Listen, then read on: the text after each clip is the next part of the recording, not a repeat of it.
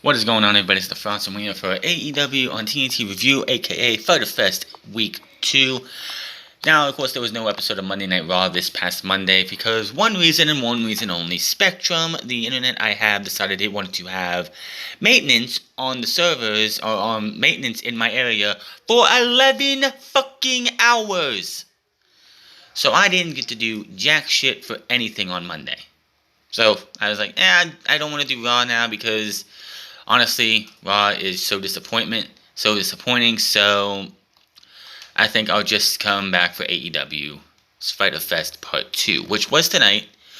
Now, overall, was AEW Fyter Fest Part 1 or Part 2 the better show? I mean, I'd have to say that AEW Night 1, Fyter Fest Night 1 was the better show, but I could be totally wrong. I just feel like the fact that they had the tag team titles on the line again, we had Nyla Rose in her supposedly have a big, huge announcement facing off against two jobbers on a show that's supposed to be pay-per-view quality. This is supposed to be a pay-per-view quality show, and you're giving me Nyla Rose versus two jobbers. Orange Cassidy and Chris Jericho were your main event on this night as well, which was a pretty damn good match. Of course, the match of the night and the match of Fyter Fest overall was the 8-man tag team match between FTR and the Young Bucks versus the Lucha Bros and the Butcher and the Blade. That was, if you want to see any match this week, I don't care what they did on NXT, I don't care what they did last week for the show. This is going to be the match of the week.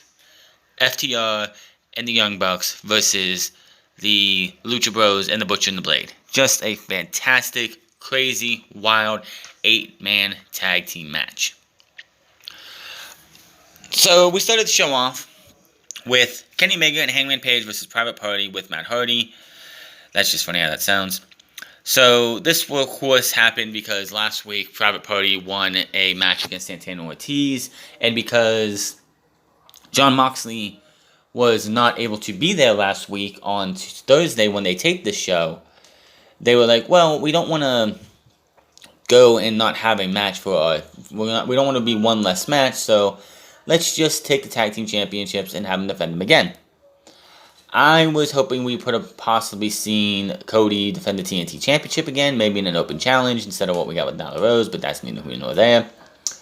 But this was it was a good match. Private Party still got a long way to go before we can even consider them being in line for the tag team championships. This was evident by just the fact that they have Matt Hardy, which is good for them. It's going to be good for their team, but it's not enough yet. They still got some seasoning left. They're not a well done steak yet. You want that steak to be well done before you start pushing these guys to the moon and pushing them to be the next face of the tag team division. I mean, if you just look at it, AEW has the strongest and best tag team division in all of sports, all of wrestling. You have FTR, the Young Bucks, Kenny Omega, and Hangman Page right now, the Private Party, Luchasaurus, the Jungle Boy, the Lucha Bros, Butcher and the Blade, and so on and so forth. So, it's great that these guys got themselves a shot, but I didn't expect them to pick up the win in this match at all. Now, Omega and Quinn get things going with some back and forth moves, ending in a stalemate. Omega gets control, tags in Page, who immediately knocks Cassidy off the apron. Page and Omega with back and forth chops on Quinn. Page lands a fallaway slam, holding on the bridge for a 2 count. Omega back in swings away, and Quinn avoids a move and lands a drop kick on each opponent. Cassidy tags in. Quinn is sent to the apron. Cassidy hits a silly string onto Omega. Page then powerbombs Quinn into the crowd. Cassidy drop kicks Page as he spills out into the crowd, crashing through the barricade. Everybody's going into over the crowd. You get a wrestler, you get a wrestler. Everybody gets a wrestler over the crowd, over the barricade. Yeah. So Cassidy lands a second rope springboard senton on Quinn and some unlucky wrestlers. Back in the ring, Cassidy looks for a senton on Omega, gets it, and Omega gets the knee up.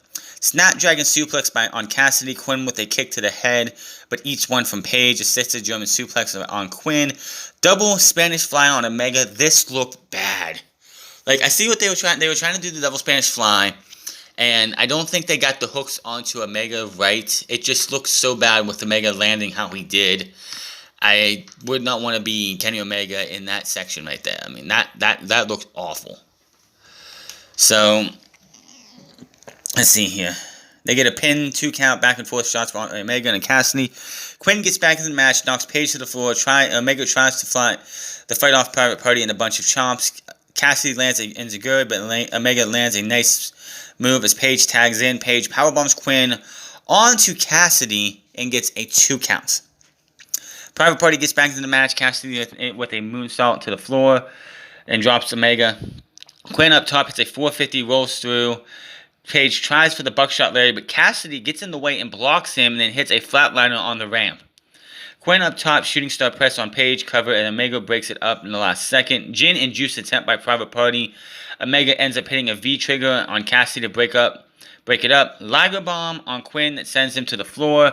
Last call by Cassidy on the Cassidy cover. 1, 2, 3, and the champs retain. Really good match here, and I know when these guys won the tag team titles, we were all like, oh, this is just going to be time for this. This is going to be a way to build up to get Hangman Page to turn heel eventually, and we're going to get Kenny Omega versus Hangman Page, and that's just not happened. So I don't know who the hell is going to beat this team. I don't know who's going to... I don't know. It's just... These guys seem like a unstoppable force when they're facing each other. I mean, when they're tagging together. So, I couldn't tell you who the hell would win this... Who the hell would take this... win this match. I just don't. But, again, I mean, the title. Heck of a match for these two. Between these two teams... And I don't know who's next for the tag team champions. They will be in action next week, but it will not be in a tag team championship match. We will talk about that later. Joey Janela comes out for his match with Lance Archer. This, of course, it was made official from a couple weeks ago when Lance Archer came out for whatever reason and decided he wanted to kill Joey Janela and Sonny Kiss. Why he did it, I couldn't tell you. However... Janela makes his way to the ring without his partner. He's looking around. He's like, where the fuck is Sonny at?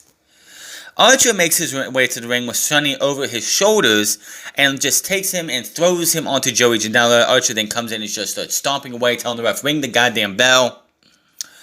Archer beats up Janela on the floor, but Janela lands a dropkick, heads up top and hits a crossbody on his opponent. Out comes a table from under the ring.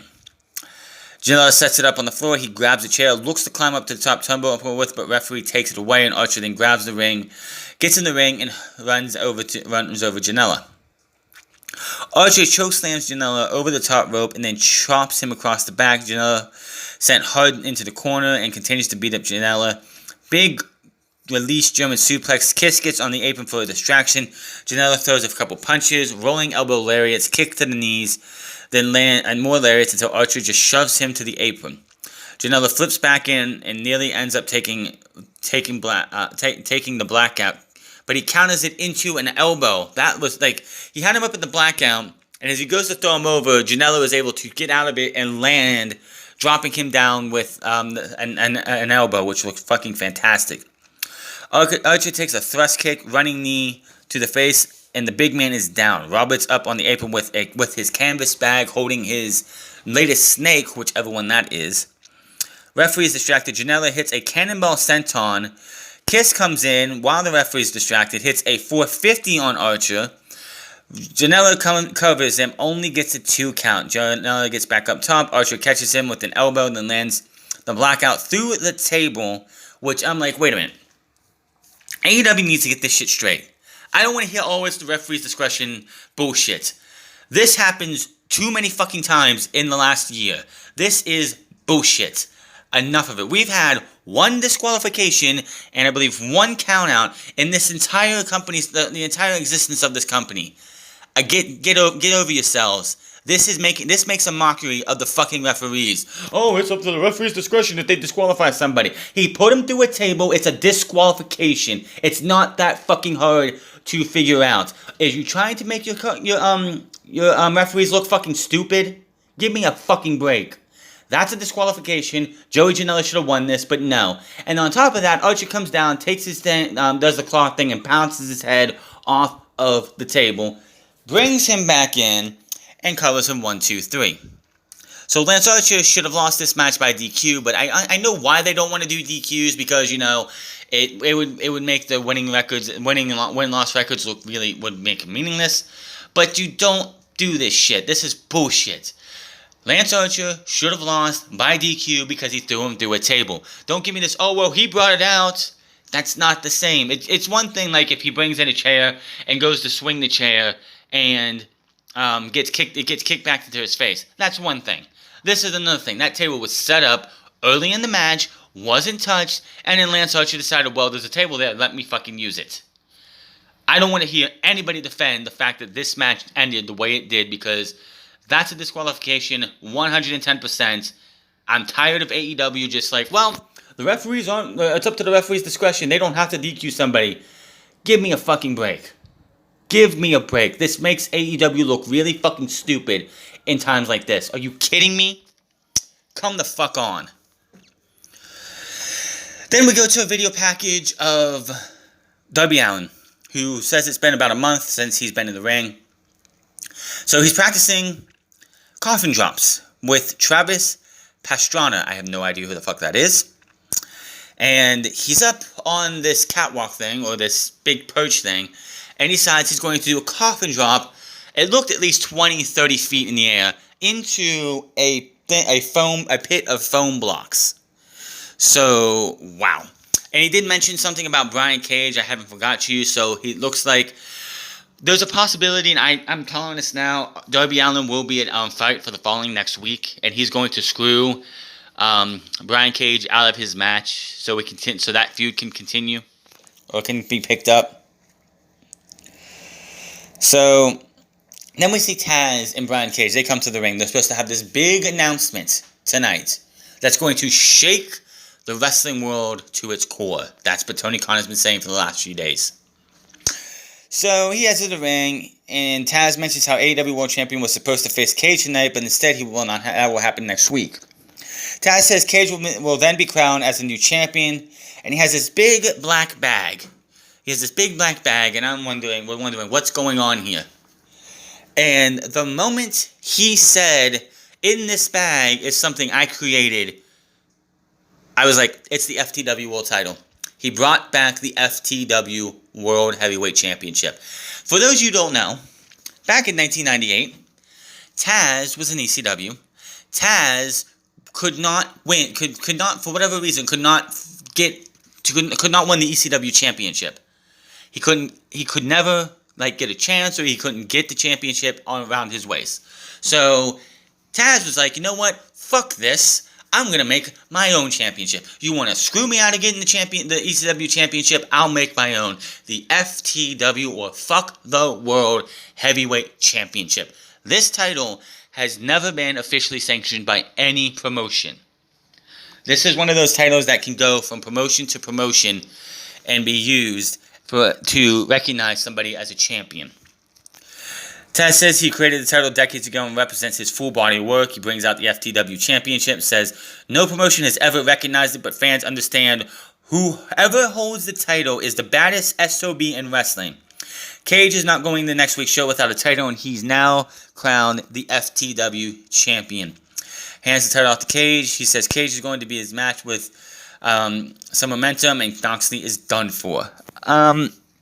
Okay, so this, honestly, for me, when you want to say it shakes the core of professional wrestling, I don't think so. I think this is a little bit of a disappointment in that manner.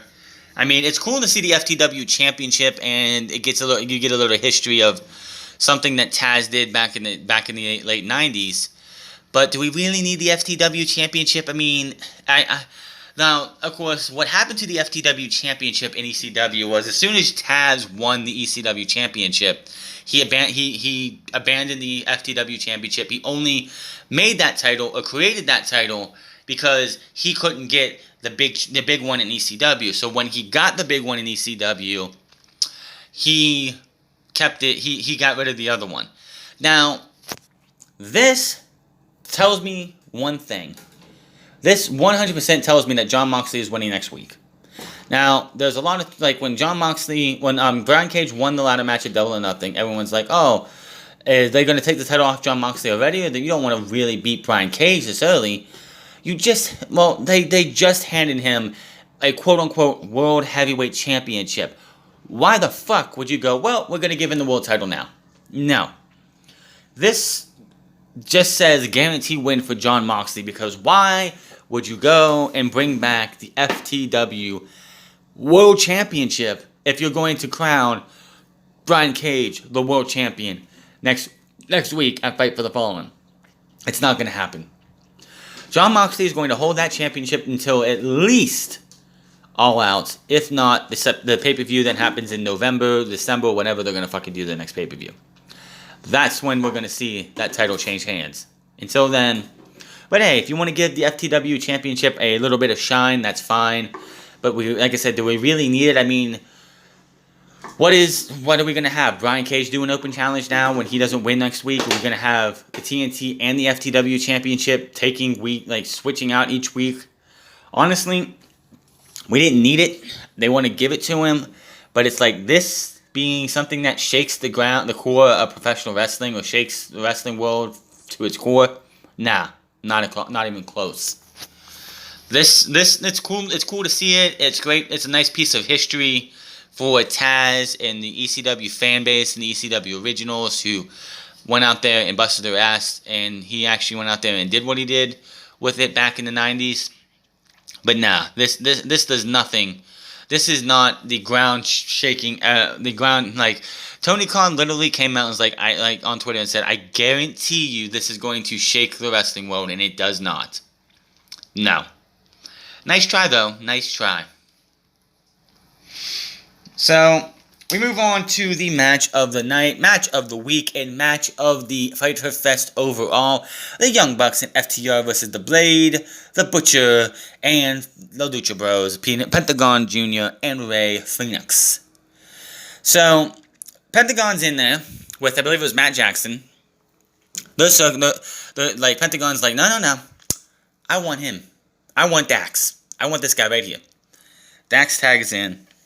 They get things going with some hard-hitting action. These guys, usually when you see people slap each other, you don't see them give their full force. They give you enough to be able to hear the slap. But my God, Pentagon and Dax went out there and went stiff. I swear they were stiffing each other left and right with these fucking shots. Hardwood gets the best of Pentagon, tags in Wheeler for a moment before Hardwood gets back in there. Sean Spears and Tully Blanchard are watching from the stands. Pentagon chops away at Hardwood and tags in Phoenix. Both guys beat up Hardwood, diving on stomps by Pentagon, driving kick to the back of the head, cover, no. Now, as I said, Sean Spears and Tully Blanchard were watching. Remember the first time these guys actually wrestled FTR, we saw Sean Spears, Tully Blanchard, and Arn Anderson, not Cody. Cody was nowhere to be found, but Arn Anderson out in the crowd area just scouting these two. There's been a lot of rumors that we're going to possibly see a AEW version of the Four Horsemen, because let's do what everyone else does. I mean, we had Fortune in TNA, we had whatever, and we had Evolution, which I'm going to call it, it's WWE's Four Horsemen, but Evolution in WWE. So, Four Horsemen of FTR, Tully Blanchard, and a lot of people speculating that Cody's going to turn heel, and him and Arn Anderson are going to team up with these three other guys. I don't know, but maybe. Maybe, because Cody does come out every once in a while when he cuts a promo and is like, just disappointed that he's doing all this, busting his ass, and the Elite's nowhere to be found, Dustin's nowhere to be found, so maybe he needs to find his own group of guys, and maybe that's going to be FTR and Sean Spears. That would be interesting. Very, very interesting. I would welcome it. I would love to see what he does. But, like I said, there's a lot of rumors going around on it. I don't know what else they're going to be doing. But it's going to be interesting to see what happens. I just have a feeling it just has a feeling that Cody's eventually going to turn heel. It just has that feeling that Cody's going to turn heel, and him, Sean Spears, and FTR as the new Four Horsemen. Holy shit! But you're not going to, but that's also something. You're not going to bring in a full horseman type stable while the inner circle's still running around. So you're going to have to definitely see the inner circle implode before we get somebody like FTR, like the four horsemen of AEW coming around, because that's going to be a major heel team. Hardwood, Phoenix tags, Pentagon chops away Hardwood and tags in Phoenix. Both guys beat up Hardwood, diving stomped by Pentagon, diving kicked into the back of the head, covered, no. Bucks tag in and they land a flurry of moves, and the bad guys all try to get in action and have a little luck. They are able to keep Nick in the wrong neighborhood as Phoenix ends up leaping on the second rope with Nick. So Phoenix gets up, Nick gets up on the top rope, on the second rope, he pulls Phoenix up. Nick gets on top of the top rope, Phoenix gets pulled up. And Nick hits a Hurricane Runner on the Phoenix. They are breaking down, things are breaking down as everyone is getting involved. Matt in the ring, taking out everybody, standing slice spread on Pentagon, slams Phoenix to the ground. Matt with a big crossbody to the floor of the Butcher in the Blade. He goes back up top and hits an elbow on Phoenix. The Good Night Express by Wheeler and Nick on Phoenix. FTR looking to finish off Phoenix, but Butcher momentarily takes Wheeler off the apron. Butcher goes down. Matt then hits a spike power driver with Hardwood covered. Pentagon breaks it up. Hardwood beats up Pentagon and sends him over the barricade. The Blade put on the top rope. Team Bucks and FTR teach each other tag each other in with we have, who was it? I think it was Dax and Matt did a suplex, so I believe it was the Butcher. Then on the other corner you had Wheeler and the other Buck do a splash and then a senton for a close 2 count as Phoenix leaps on the top rope and breaks up the pin. Beautiful looking segment. It was crazy because you see these two teams, FTR and Young Bucks, getting along very well. Pentagon and Matt chop away at each other in the ring. Phoenix walks the rope and kicks Matt. Phoenix with the crazy Canadian destroyer off his brother's back to Nick onto the floor of everybody else. Back in the ring, Pentagon is by the rope. I believe it was Dax Hardwood was outside the ring on the apron. Pentagon moves out of the way, super kick to the face of Dax Hardwood. He clocks him. Pentagon and Phoenix pick Mac up and hit him with a beautiful looking assisting DDT driver. 1, 2, 3. The Butcher, the Blade, Phoenix, and Pentagon have won this match. So that was one hell of a match. One hell of a match. I could do it no justice. Nobody who does a review on AEW this week is going to be able to do this match justice. It was just that fucking good. Now, after the match, you figured, oh, well, Dax got hit with a super kick. Maybe we're going to see some kind of confrontation between these two teams. Now, what we see before we go to commercial break is we just see FTR and the Young Bucks just shaking hands and going separate ways. It's like, wow. Going to be interesting to see what happens coming soon when we're not doing these pay-per-view quality type shows, which we're going to continue to do next week because we had to put the world title match on a pay-per-view quality show, I guess. So, then we go to the back. We see Big Swole arriving. You see Alex Marvez and some blonde-haired girl waiting for her. And apparently, she can't enter the building. Another woman says the woman says she's been served. Swole reads it and realizes that Britt Baker Britt Baker had a petition because of what happened a couple weeks ago when she was kidnapped by Big Swole and thrown into a trash dumpster. And they had her say, pretty much, it's like, you can't come, you have to go home, cool down, all that stuff. So, Swole is unhappy because she drove 3 hours to get here. She went 3 hours to get here.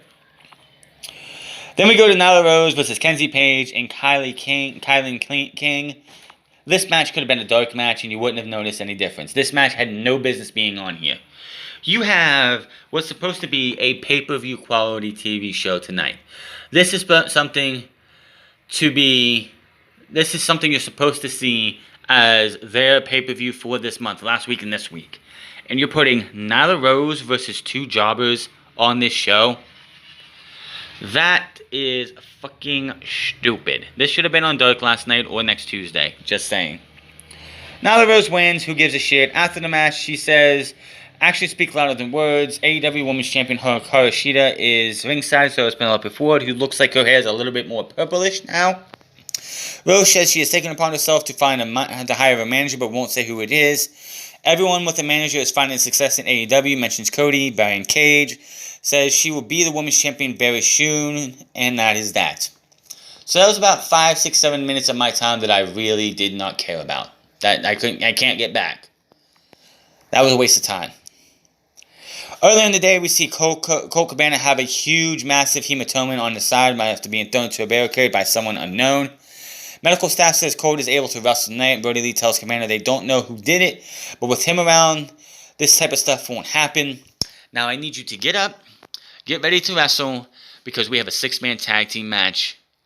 And Colt gets up very painfully and says, "Okay, Mr. Brody," and walks out. So is Colt Cabana going to embrace the Dark Order completely?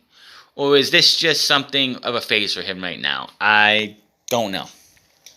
That's another thing. You have the Dark Order was supposed to be a heel faction. But unlike the Inner Circle, the whole Dark Order we don't take seriously. We don't. Like, you could have the Four Horsemen, or AEW's version of the Four Horsemen, coming together after the Inner Circle's gone. You could still have the Dark Order, because the Dark Order is like a mid-card stable, whereas the Four Horsemen, or the AEW's version of Four Horsemen, would be one of the major main eventer type stables compared to just like the Inner Circle. Scorpio Sky, Frank Kazarian, and Christopher Daniels versus Dark Order, Brody Lee, Stu Grayson, and Colt Cabana. Fun fact here, apparently this is the first trios match for STU since they took on Kip Sabian and the Hybrid 2 in January. Of course, you had the COVID-19 stuff where they were gone for a good while, so yeah. The rest of the Dark Order stands on the stage, the match gets going. This match I kind of missed most of because had to take the dog out, all that good stuff. When the dog's got to go, the dog's got to go. So, I didn't see most of anything, except for Colt is out in a lot of pain as he's punched to the face. Lee with the discus slayer on Daniels. He tells Grayson to tag in Colt. Colt jumps to the pin, 1, 2, 3, and they win. Colt Cabana is happy. He has won every, 2 matches I think he's had since he's been a part of, doing this whole Dark Order thing. So, he wants to celebrate with Dark Order, but Brody's like, no, we're not about that. So, next week, it is going to be Jon Moxley versus Brian Cage for the title. TNT Open Challenge, which has been confirmed to be Sonny Kiss. Sonny Kiss will be the challenger for the TNT Championship at Fight for the Fallen. This match will be the match of the night next week and the match of the week next week. The Lucha Bros will be taking on, for the first time ever, the FTR. On top of that, Kenny Omega and the Young Bucks. Adam Page isn't in a match, but Kenny Omega is. Kenny Omega and the Young Bucks, the Elites, will take on the Jurassic Express. That is next week's lineup. That is stacked. I'm sure we'll get 1 or 2 more matches. Let's see, 1, 2. We'll get at least 1 more match probably next week. Britt Baker is sitting in the commentary, and Big Swole comes up in disguise. Rebel gets in her way. Baker tells Swole has to get out of here. She's suspended. Swole says it's trash day and throws a ball of paper off Rebel's face. Rebel hand swings back and smacks Baker in the face. Baker yells like crazy as she's in pain, and Swole heads off. Then we get to the main event, Chris Jericho with Santana and Ortiz versus Orange Cassidy. This, Jericho has been saying, is one of his favorite matches he has had ever. Is it? It was a good match. It was a really, really good match. Orange Cassidy is one of those guys that AEW has been booking right from the start. Orange Cassidy, in the gimmick he has right now, would never have flew in WWE. Triple H would have been like, what the fuck are you talking about? You're lazy? What? No, we're not going to do that. He'd be something else. He'd be a nobody. He would be somebody who's on the bottom of the rung, not getting any TV time, and he would not be the Orange Cassidy we know today. So Orange Cassidy in AEW. I know when Orange Cassidy was signed, a lot of people were pissed off. A lot of people were like, "Oh, they're gonna ruin AEW by booking this guy. It's going to be fucking terrible."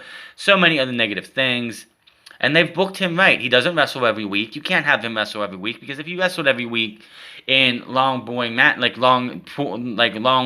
out matches, this guy would get beat. This guy would become exposed, and he would not be as popular as he is. Now, Cassidy does come out with the best friends, and they're about ready to go with him when he puts his arms out and just like, no. Takes his shirt off, takes his jacket off, takes his glasses off, gives it to him. And it's funny because Orange Cassidy is true to his character because he had blood on his shirt last week, and he still has 2 weeks ago or last week, whatever. 2 weeks ago when he put Jericho through the table, and he still hasn't changed that shirt. I think that's the shirt he started wearing when he first got here in AEW. Anyway, Cassidy gets the hands in the pocket and he gives Jericho a massive headbutt. He evades Jericho, drop kicks him out of the ring, and hits a suicide dive.